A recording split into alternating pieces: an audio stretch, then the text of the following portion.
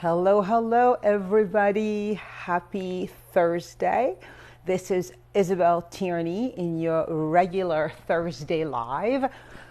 And yeah, which by the way, we need to find, maybe it's called the Feel Good Live. Um, I am really happy to be here. I am the founder of the methodology, which helps each and every one of us, if we're willing to learn and practice this process, move out of the stress response, which is where everything that we don't want to be lives in that stress response, our reactivity, our impulsivity, our selfishness, our competitiveness, fogginess, like all the things we don't want to be lives in that one place that we call the stress response, and everything that we long to be lives in the one place we call the relaxation response or the green zone. Good morning, Joanne. Good morning, Millie. It's so good to see you. Always love the coming into the room on a Thursday morning.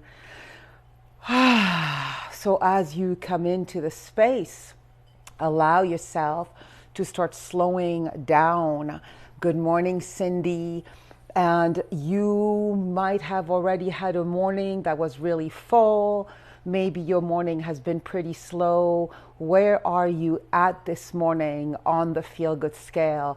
One is all the way red zone. You're stressed out. Maybe you've been rushing around, even trying to get to this live. And 10, the opposite, you're open and spacious and engaged and relaxed, and you chill and you feel good. Good morning, Sue.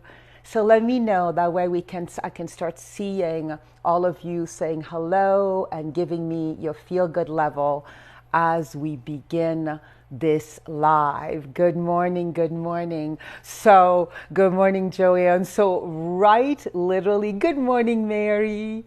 Good morning, Samantha Tierney. 6 out of 10. Thank you so much, Sweet Pea. 10, great way to start my day, says Millie. 8, says Cindy. Good morning, Sarah. I'm really seeing that. Are you here every Thursday morning, Sarah? I think I've seen you every Thursday morning, and I know many of you are, but it's fun to have people show up every week. Like, it's our regular date. It's our regular date. And I have spent so many years where I would commit, like, I'm going to do a live every blah, blah, blah. And then, after a few weeks, whatever the external reason, if not enough people showed up, or I was like, well, I don't feel like doing it this week. You're 9, Sue. I would just drop it. I can't tell you. And I imagine that, hold on, I have a hair. I imagine that there are many of you, good morning, Sue, that have followed me for a long time. And I have not been consistent about showing up to lives, right? And I could go on a whole session about my self-sabotage and how I didn't trust to stay in a consistent timing long enough. I mean, not the topic of today, but I decided what, 2-3 months ago, that this was it. I was going to show up every Thursday morning, no matter what, just the same way I show up to Sacred Sundays. And if I'm traveling, right, or if I'm really sick, then I will make sure that someone else from my team will do it. But Thursday mornings are here for all of us. So Sarah says she's missed a couple. I love that Mary's a 10 plus. Did I tell you, did I already say Joanne is at a 7? Good morning, Sharon. Good morning, Joy. Oh, Sharon, it's so good to see you. You know that I miss you when I don't see you. And good morning, Joy. You're not late at all. The Facebook lives seem to be a little bit more relaxed than Sacred Sundays. I usually spend the first few minutes like getting people into the room, because I don't get to see you like I do on a Zoom call. And so getting to start to engage with you and like starting the party and getting people into the room is a great thing. Good morning, Nika. Good morning, Lisa. You are the 9 this morning. God, goodness gracious. Whew. To see all of you is really touching me this morning because, good morning, Chrysanthi. Good morning, good morning. And Susan, you are at a 9. Yay. You only missed 1. That's right. You were traveling here. I just love that so much. Sacred Sunday is open to everybody who we've just begun that it's a subscription program, Nika. And so why don't you reach out to me via Messenger? And if you know the work and you understand the scale and the 3 steps, then Sacred Sunday has become a subscription program. And there are many people in this community who have basically like either not missed any or just do everything in their power to show up, including me, who's shown up to Sacred Sunday after being up till 3 in the morning with a horrible stomach virus because it is probably the favorite hour of my week. Good morning, Katarzina. I haven't said your full name. I usually call you Kat. You are at a 7.5. Sharon is at a 9. Fix biscuits and gravy. Yum. Sharon, just like Philip, she went to the same, it's not cordon bleu school, right, Sharon? But Philip and Sharon were at the same high-end cooking school. And so I've had Philip's cooking, but I haven't had Sharon's cooking yet. So Millie has enjoyed the replay. So nice to be live and getting Thursday morning into my rhythm, just like Sacred Sunday. I love that, Millie. I love that because I know that's important for you to really get yourself into a schedule, into a feel-good habit schedule that works. And Chrysanthi is 8.1. Yeah, it is a cordon bleu school. You see, I say it in the French way, cordon bleu, and then I'm like, wait, no, I have to say it in the American way. And I'm like, cordon bleu. It's like the way I say croissant. It's croissant. Like it sounds so weird coming from my accent. I'll just do the French thing, all right? So this morning, we're going to get started now. And you know what? Let's do a quick drop-in, actually, just to slow everything down and get us ready for this teaching. So close your eyes. And you already stated where you were at as you came into the space on the scale of 1 to 10. And now let's slow our breathing down together.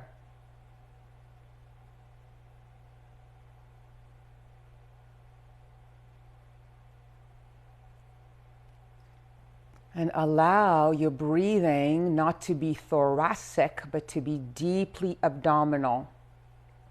Belly breathing, Buddha belly breathing.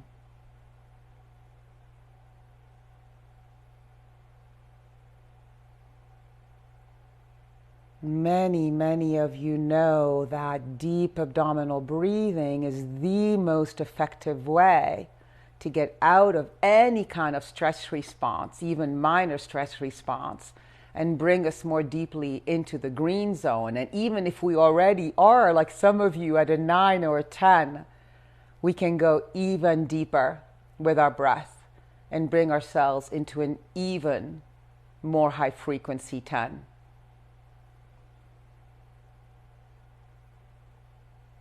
And we open up the space this morning for this teaching that is so important to me. And I imagine will be really important to you. Because one of our greatest tasks on this planet, when we come into this life, is what Teilhard de Chardin said, right? We're not human beings learning to become spiritual. We are spiritual beings learning to become human. And learning how to work with the habits that hurt us. Learning how to actually cultivate habits that inspire us, that enliven us, that make us feel good sustainably is one of the greatest practices that we get to do as we learn to become human. And so check in with yourself. Are you ready? Are you open? Are you curious? Opening your eyes. And when we are set up to learn, right? When we're open, when we are curious, when we are humble, that allows the information that we can ingest to really be ingested and digested. If you are distracted, if you are in the stress response in any form, if you are doubtful, if you are in the negativity bias, the information is going to have a harder time being metabolized by your system. So this isn't just for this morning. If you want to learn something new, if you want to learn something more deeply, get yourself into a state that allows you to do that. The brain works completely differently in the stress response or the relaxation response. The brain has very, very poor memory retention, very, very poor capacity to learn in the red zone, in the stress response.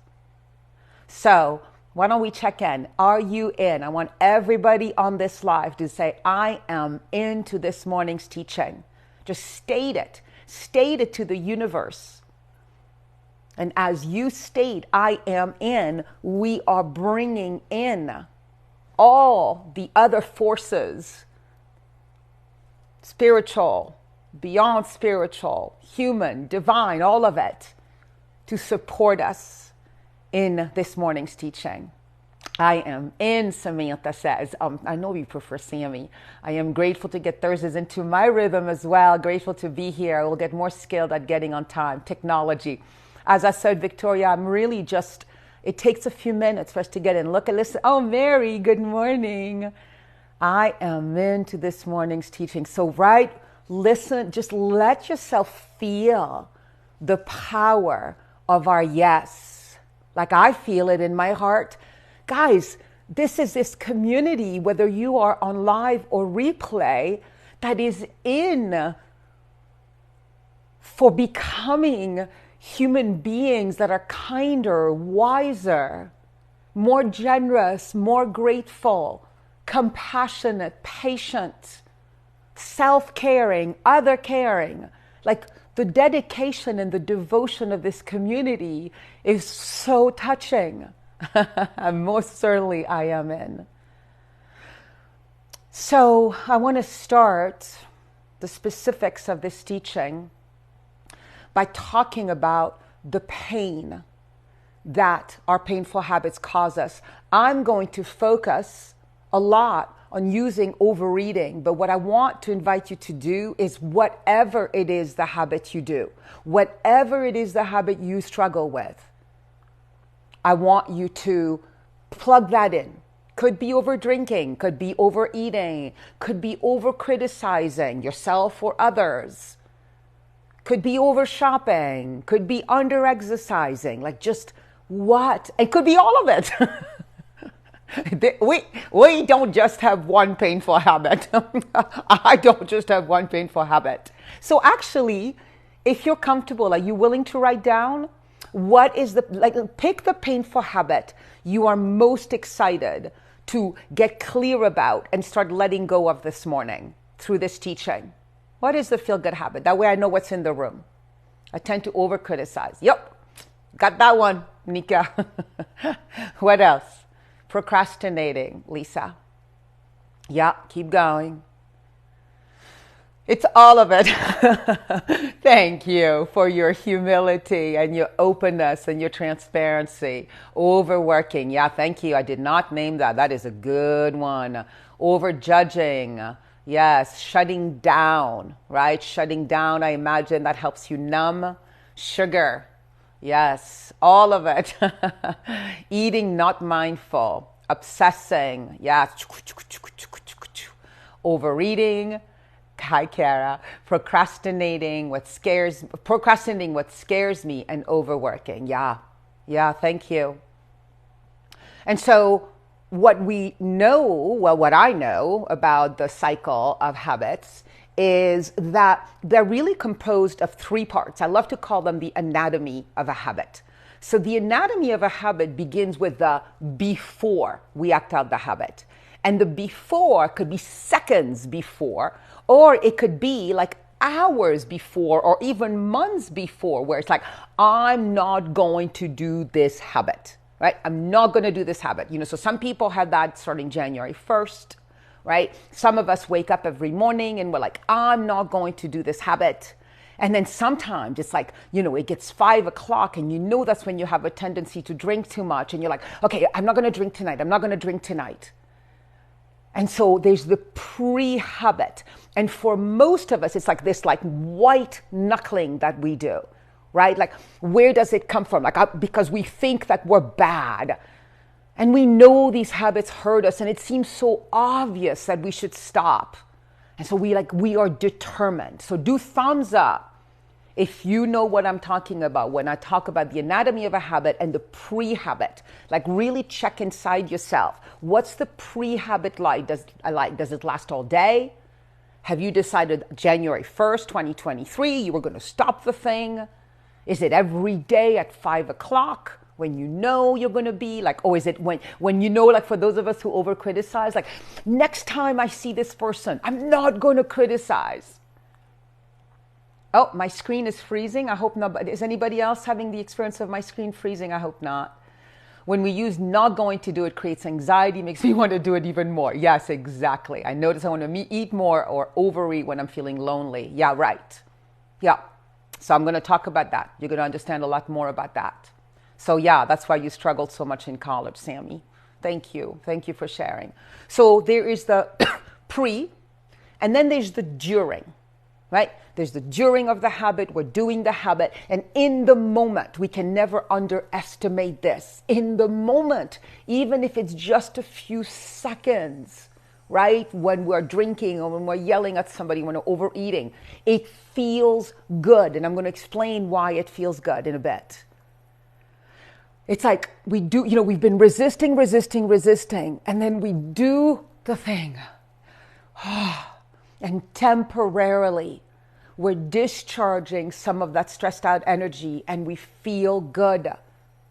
So I want to make sure you know that and give yourself grace about that. You feel better temporarily than when you weren't doing it, when you were white knuckling.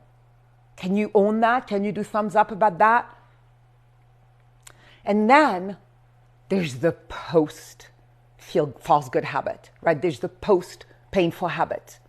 And in the post-painful habit, if you're like me and like many of us, the door, I call it the red zone vault.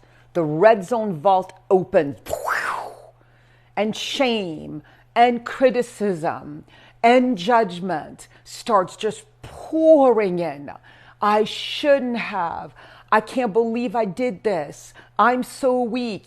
Sometimes you speak about yourself as an I, and often, I don't know, tell me about for you. Do you speak more as an I, like I am so weak? Or do you hear it as a voice that tells you, you are so weak, you are so disgusting, you are a coward, you never finish anything you started? Oof.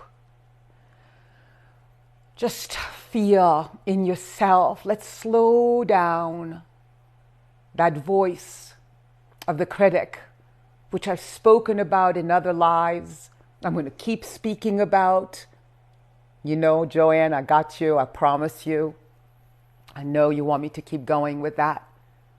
So you hear an I, mostly I. Oh, interesting. So often I hear you. I'm curious about is because I'm still hearing the voice of my caregiver. And so this shame, this criticism, it's like, can you feel it? Where do you notice it in your body? Where do you notice it in your body?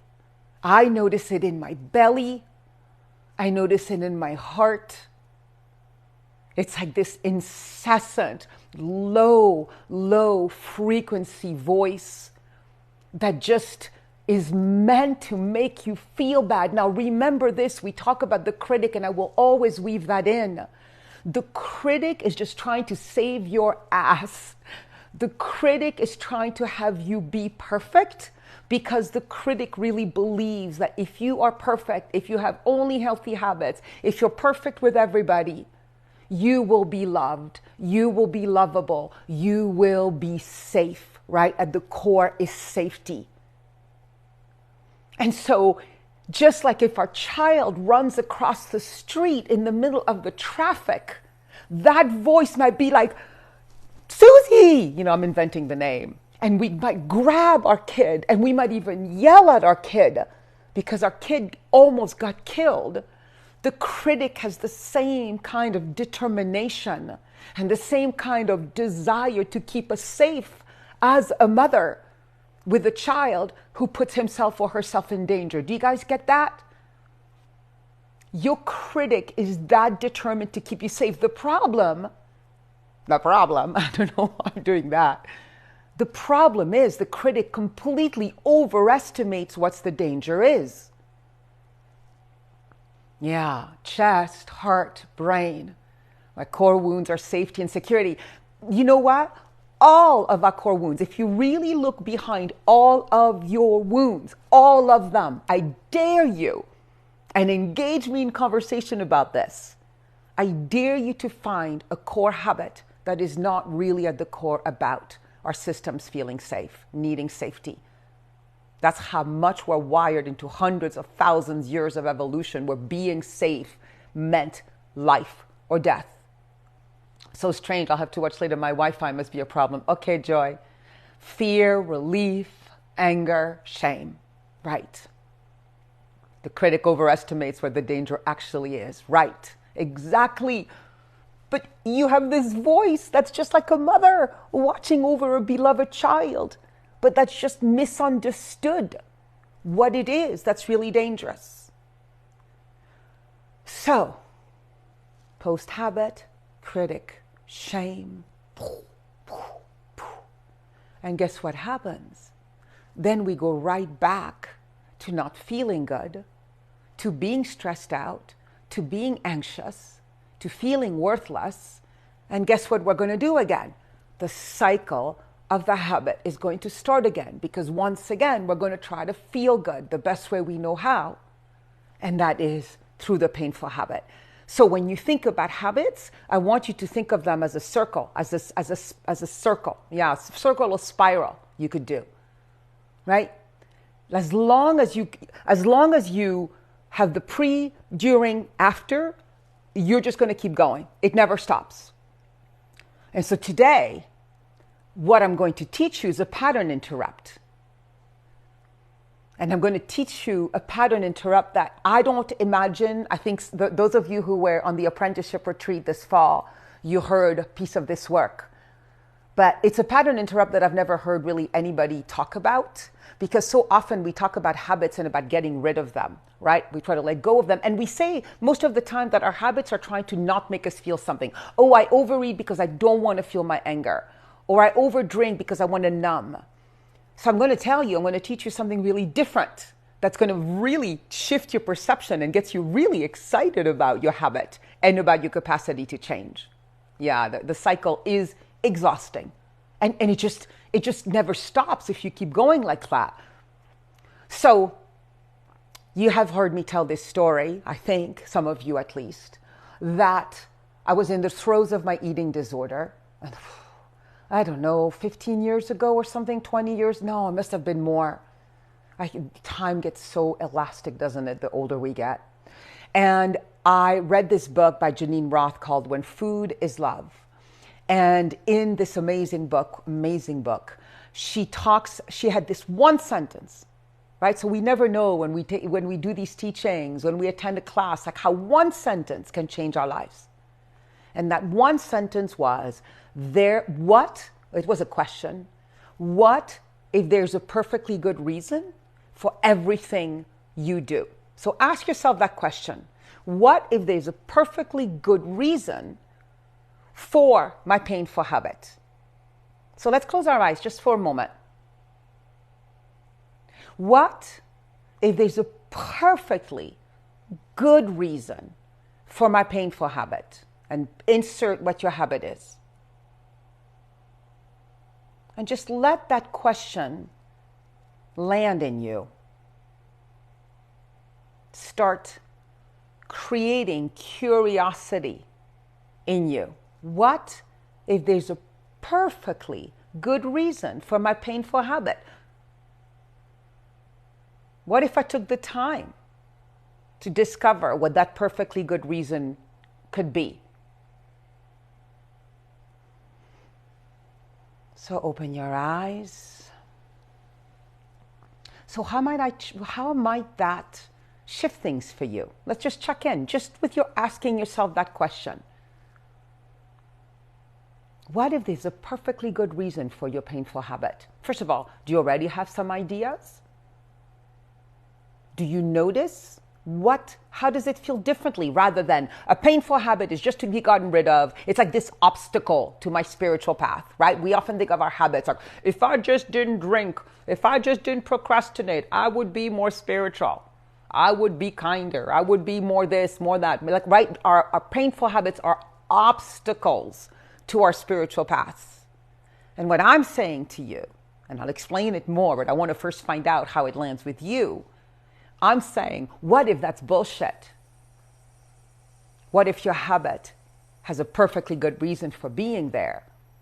And it doesn't mean that it's working to meet that perfectly good reason as well as it could, but it's a really, really good, sacred, powerful, gorgeous, stunning reason.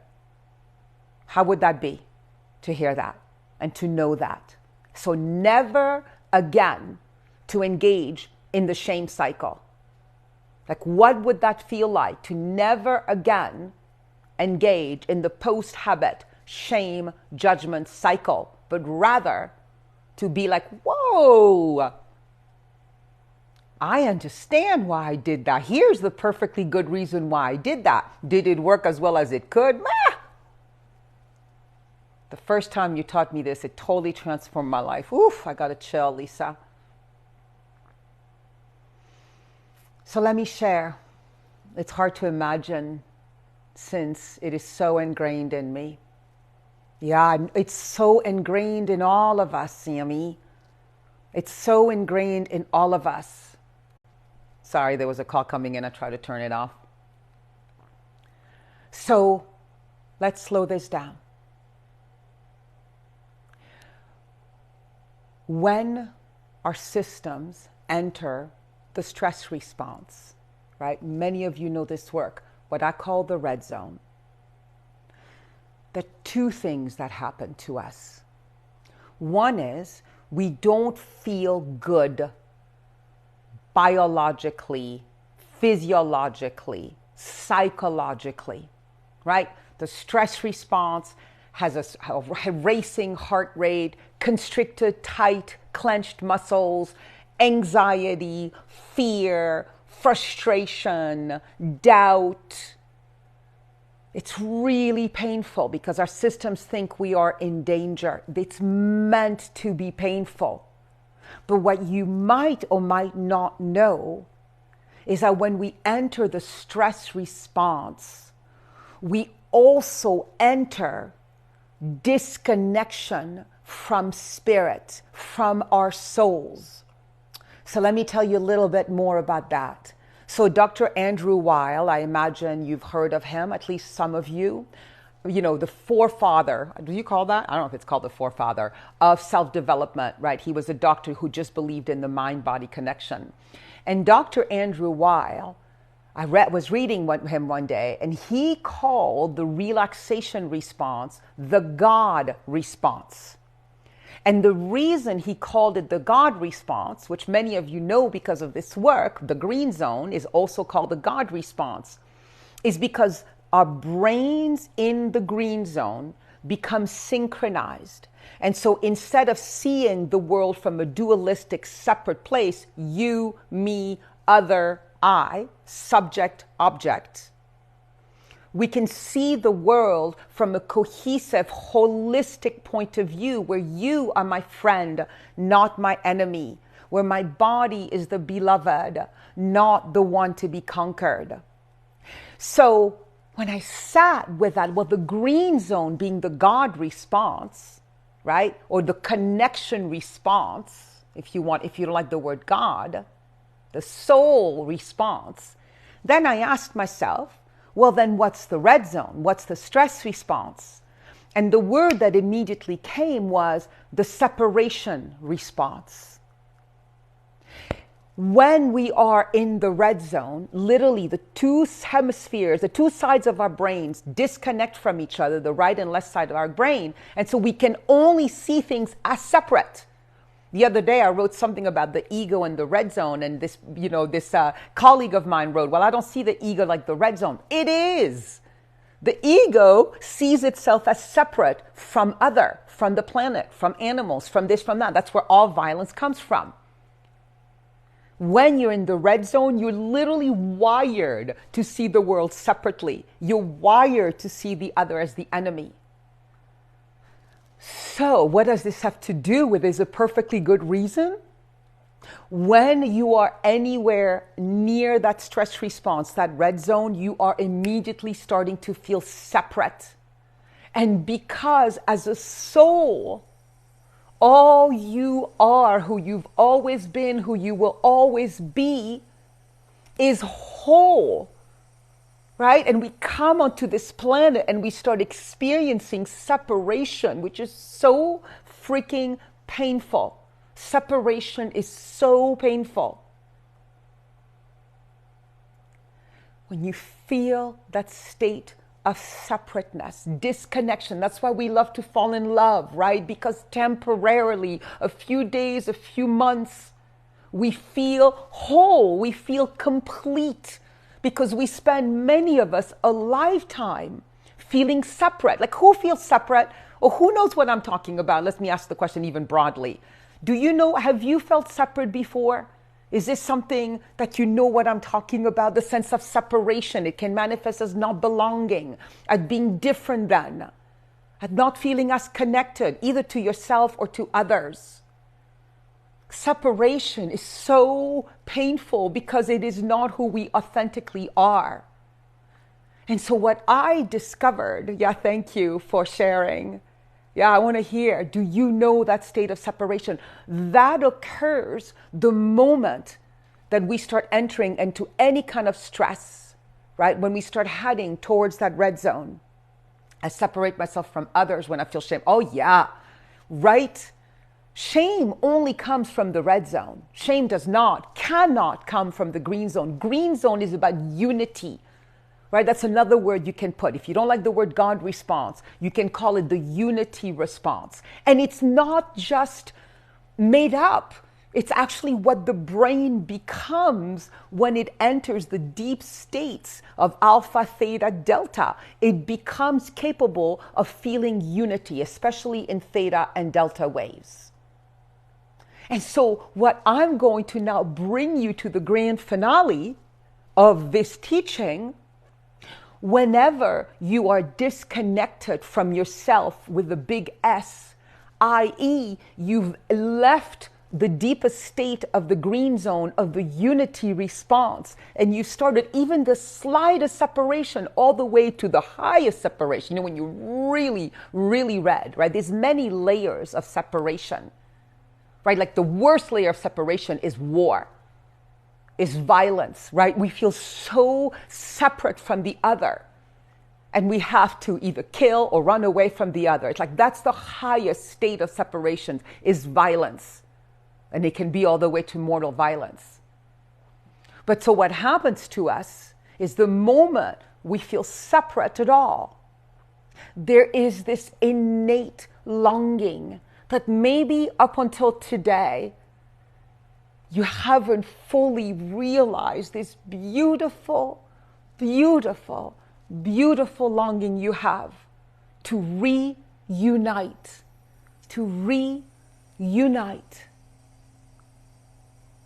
And because of the way we are constructed physiologically, unfortunately, the easiest way that we think we've got to reunite when you are in the red or the yellow zone is to do a quick, fast habit, because we want out of there so bad. We want to feel unity so fast, so bad, that we will do a habit that is very fast and that's going to make us feel good immediately, i.e., our painful habits.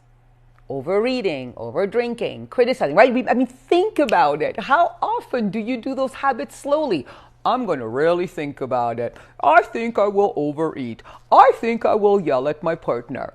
No, they happen in a split second, because that's what we're supposed to do when we're in danger. We're supposed to act first, think later, right? That's what happens to the brain. So, the perfectly good reason why you act out your painful habit is this: because you are disconnected from your deepest self in those moments. And the deepest self can be named very simply as peace, love, joy, right? If you were to think of God or unity at the top, the next layer you could break that down is peace, love, joy, and then you can break it down further into appreciation, gratitude, respect, calm. Like, you can keep breaking down what I mean by unity or by God. But the moment you experience disconnection, the stronger the disconnection, there's this inherent longing in your soul to reconnect.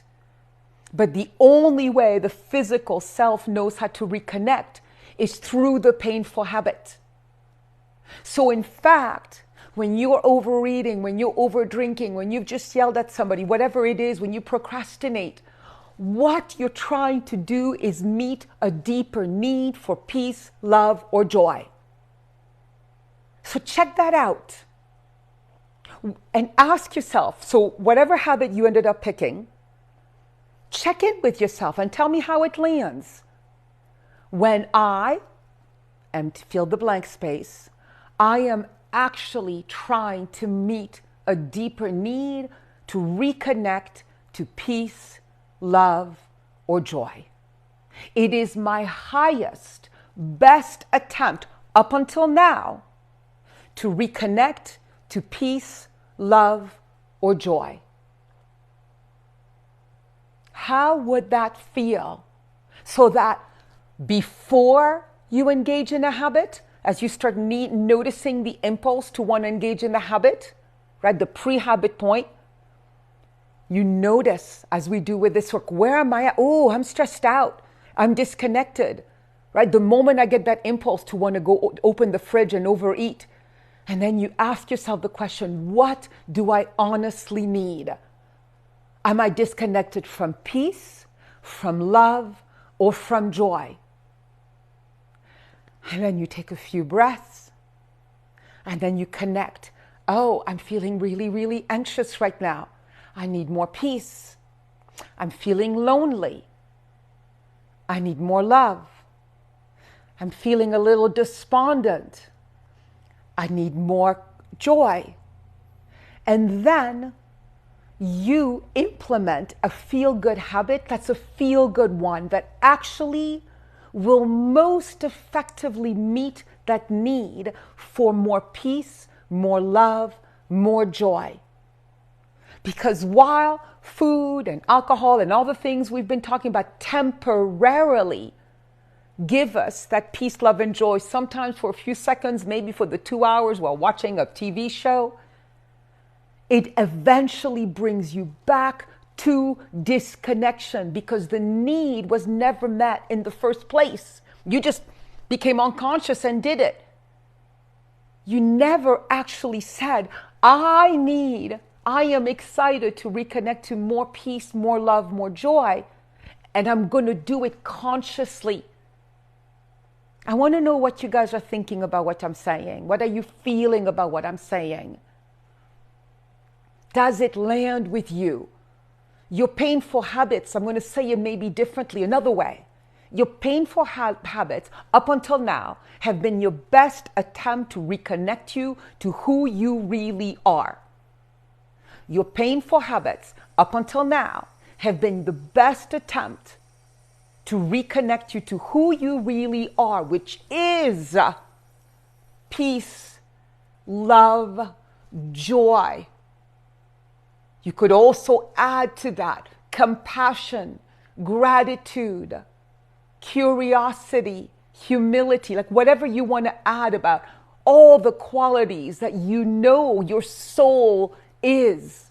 It just keeps it simple when you just ask, is it peace, is it love, is it joy that I'm disconnected from? Yeah, this is landing powerfully. So potent. I think this is why people develop social media addiction. They substitute it for real deep connection, right? You get that, oh, I got another like. I got another like. Temporarily, it connects you to feeling love. Whether it's love for the person who reached out and said, hey, great post. Or whether it's love for yourself. Well, thank God, what I wrote, I got loved for it. And then what happens? We go back into the red zone because it never really met the need, right? It's only temporarily. It only met the need of the ego, not of the soul. Of course, sometimes it meets the need of the soul if we're conscious. And then we have to do it again and again and again and again. This is why we do painful habits again and again and again and again. Because we don't actually consciously say, what do I really need right now? And then meet that need consciously. So this is a really important point, and then I want to keep reading your comments. You can even do your painful habit, but instead of doing it from the red zone, which is fast, unconscious, without really understanding the intention behind it, you can do that painful habit, unless it's a real addiction for you. And you can do it as a feel-good habit. So let me give you an example. Let's say it's like 4 o'clock and I've been working all day and I'm just starting to feel the signs of being in the stress response. I'm like starting to feel anxiety. I'm kind of walking around my kitchen. I don't feel good in my skin. When we are anywhere near the stress response, we're not supposed to. We're supposed to start to know that something's not quite right. The moment I feel that, I check in with I stop, right? I do the 3 steps. I slow down and breathe. And then the feel-good habit that I do is like, oh, what do I really need right now? And sometimes it's just space. Sometimes it's a breath, which translates on a deeper level as peace. Sometimes it's, I haven't connected to anybody. Maybe I've been writing all day, so it's love.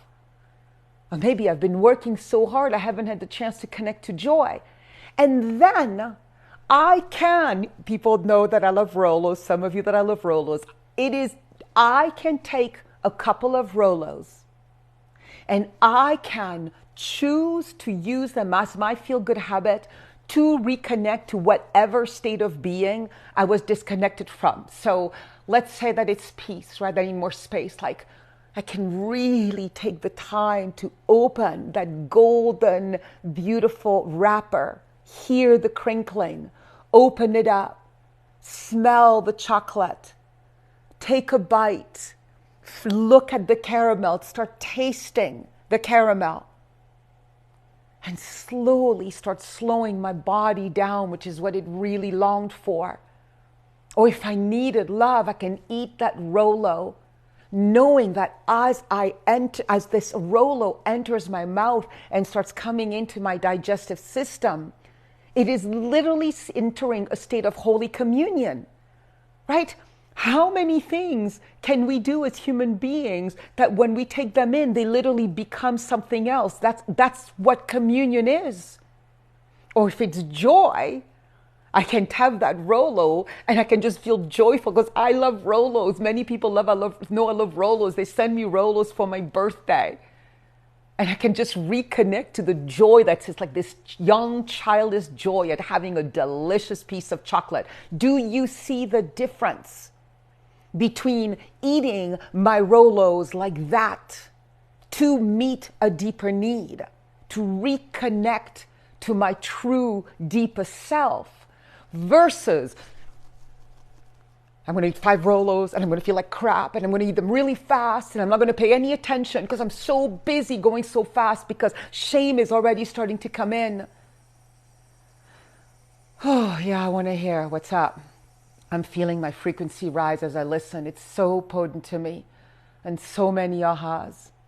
Reconnecting to my true intentions brings me peace, love, and joy. It's like you've got to believe at the core of this teaching that who you are at your core is peace, love, and joy. If you don't believe that, maybe this teaching won't fit for you.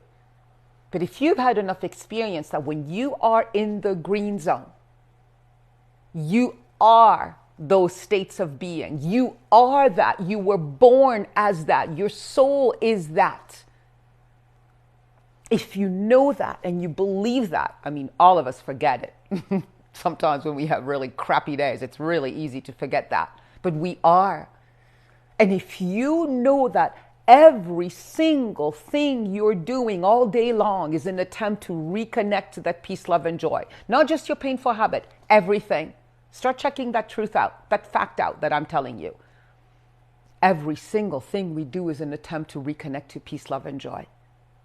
If you were to start seeing yourself like that, and you were to start understanding that this is true of others as well, even if they don't know it, how would it show you, well, how would you show up differently for yourself or for others?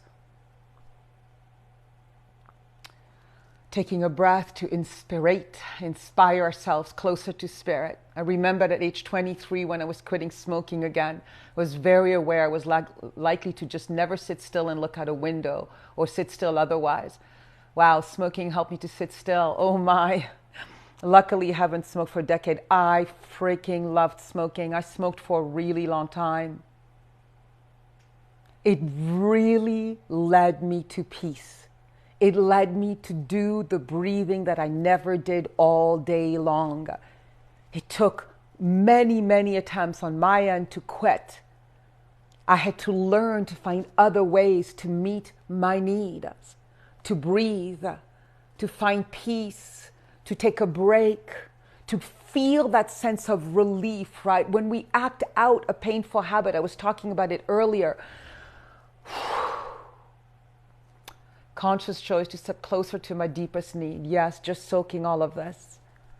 Engaging in that habit consciously shifts everything with gratitude. Yes, everything we do, including like why do you show up on this live? Whether you're on the replay or now. Check it out. Start asking yourself, why do you wash dishes? Why do you go to the supermarket? And some of them, right? You have to maybe go a few layers to discover why it's peace, love, or joy. I'm going to the supermarket to meet my basic needs. Okay, what's the basic need? Oh, safety. Yeah, we're going to add safety actually as a basic need. Peace, love, joy, safety. Really, safety is almost at the core of that. Where do you work? Some of us work just for money. Well, we're back to safety, basic needs. Some of us work because we want to feel peace. We want to feel love. We want to feel joy. We want to share that peace, that love, and that joy because it makes us feel peace, love, and joy. Helped us breathe. Yes, I'm skilled at quitting as I quit hundreds of times. Staying up late was often the only time the house was quiet when there were 4 busy boys, right? Right. So as opposed to, I can't believe it. I keep saying I'm going to get up, go to bed early and wake up early. And I can't believe it. This is the only way I meet my need for quiet, for space, for peace. And then you have to ask yourself, is there another way? Is there another way for me to do that? What is another way for me to meet my need for peace? That's one of the big pieces. I spoke about using the actual habit that you're already doing it, but that before that was hurting you. But I want to make sure to finish this teaching by saying, and once you've identified the need, right? You're in step 3, you're going to go with the feel-good habit. What's the feel-good habit? What's the deeper need? You're going to ask yourself, what habit is going to most effectively meet that need? It could be the habit itself that you were trying to get away from, or it could be a brand new habit, like calling a friend, like Sammy, you and I calling each other. What are the most effective ways for you to meet your needs? And I have this whole course on this, where we put together our lists of feel-good habits to meet our needs for peace, for love, for joy, so that in the moment you need that, you have the list in front of you. Because remember, in the red zone, everything moves really fast and we don't have time to think. So the more preventative you are, what are they? Put together a list. Put them on this post this week. Put them in this thread. Maybe come up with 3 now. What are 3 habits that you know meet your need for peace or love or joy? You can pick one of the 3 because we need to complete soon. 3 habits, or maybe 1 habit for each. You pick. What do you know? Remembering to keep asking, is there another way? Yeah, is there another way to meet my needs for peace, for love, for joy, to reconnect to who I really am? That is all you are ever trying to do. And when you are not connected to who you really are, to the green zone, you are constantly trying to find ways to come back. It is an unstoppable force to come back home. We're constantly trying to come back home the best way we know how. So let's close our eyes with that. I actually really like this last way it was just said to me, to us. I want you to say this inside yourself. I am constantly practicing coming back home in the best way that I know how. I am constantly practicing coming back home in the best way that I know how. One more time. I am constantly practicing coming back home in the best way that I know how.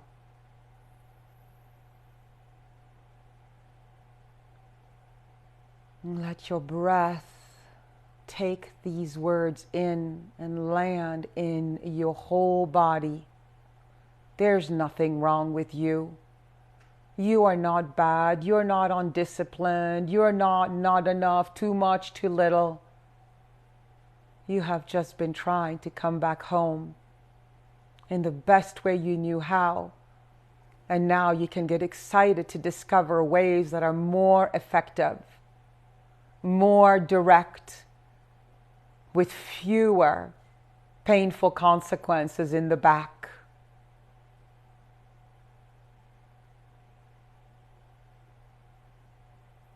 Take a couple more breaths. Opening your eyes.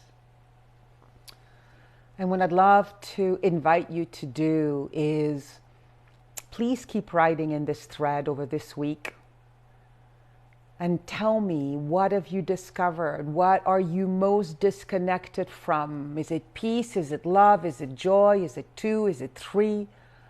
What have been your best attempts up until now to reconnect? Are you finding other ways? Like, this is a practice.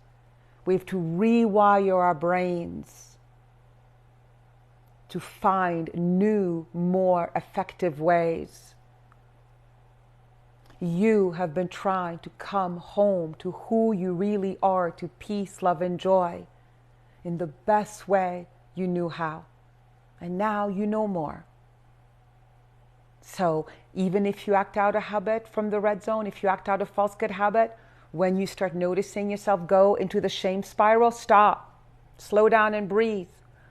Tell yourself, oh, wow, I was really trying to reconnect to peace. Wow, let me see if there's another way I can do it now. Oh, I was so wanting to reconnect to love. How beautiful. Oh, wow, I was really, really longing for more joy. Oh, sweetheart, what a good job I did. In the best way that I knew how in that moment. Let me see if there's something else I can do now to be even more effective. Do you see the difference? Peace is my biggest disconnection. I have no idea. You don't have to know the why. You just have to start playing with strategies, with feel-good habits that will reconnect you. You don't have to know why. That's just the mind that needs to know why. No need to. Call a friend, sit by the big bay window, listen to music. Yeah, beautiful. Thank you, Krasanthi. Thank you, everybody, for showing up. Thank you for giving me a place where these teachings that have come through me, that have saved my life, can show up in these spaces and maybe change your life. And chills. I'm every Thursday morning, I feel more peace, love, and joy. every Thursday morning. I don't show up because I'm Mother Teresa. Fuck that. I show up here because sharing what I've learned and what's worked for me and obviously for clients is what connects me to my deepest self. It's the best freaking feel-good habit to do these Thursday morning lives.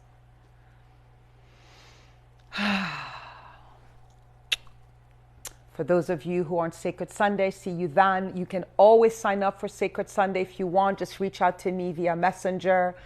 Excuse me. And if not, I'll see you next Thursday. Mwah, mwah, mwah.